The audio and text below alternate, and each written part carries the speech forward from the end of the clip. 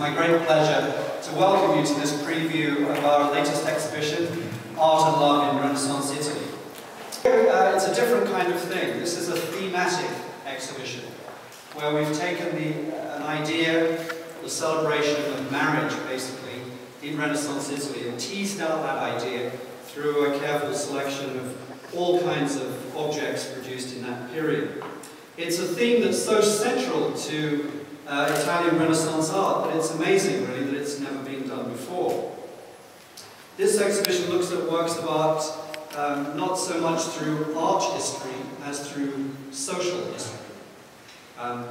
What you'll see is a mixture of all kinds of things, all kinds of material objects, from paintings and sculpture to various kinds of decorated objects, jewellery, ceramics, and so on. These are things that in a museum are often in separate departments, but of course in real life they never were in separate departments.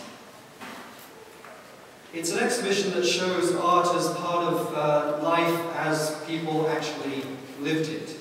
All these objects celebrated big moments in people's lives. They're getting engaged, getting married, having children. And we even have a section of the exhibition that you may have seen behind the green wall, which deals with how you get started with having children.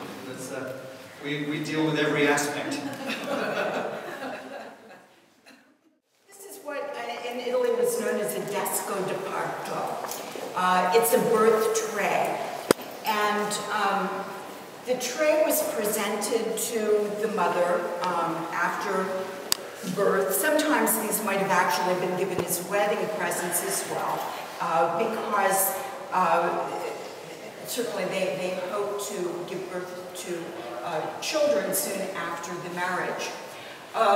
This is a particularly important example because it was likely commissioned by Lorenzo the Magnificent's father, Piero de' Medici, and presented to his wife on Lorenzo's birth. And we know that because of the coat of arms that's in the back. When you turn around, you can see it. But the Medici coat of arms, which includes these ostrich feathers that you see, helps mark actually the dynastic ambitions of the Medici family at this time. What we see is the triumph of fame. It was more common during this period to show the triumph of chastity. These come for the triumphs of Petrarch the Great, Florentine poet, whose imagery we see very often in many of these objects, and who wrote so beautifully about love and his beloved Laura, who was his platonic love and emblematic of all things that are beautiful.